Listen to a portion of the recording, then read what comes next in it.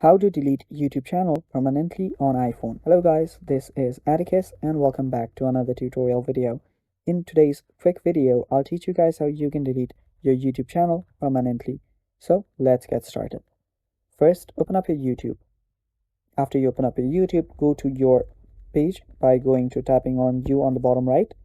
And after you do so, you will see the settings on the top right. Tap on the gear icon.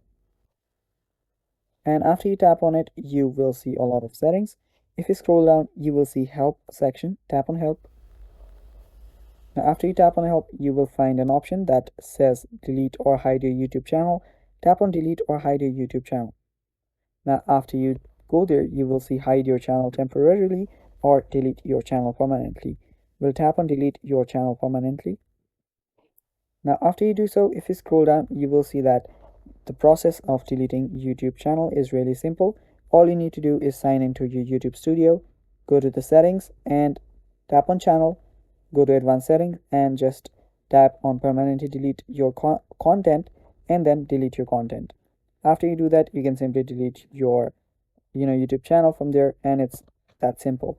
So that is how you delete your YouTube channel permanently on iPhone, guys. Thanks for watching. That is all for today's video.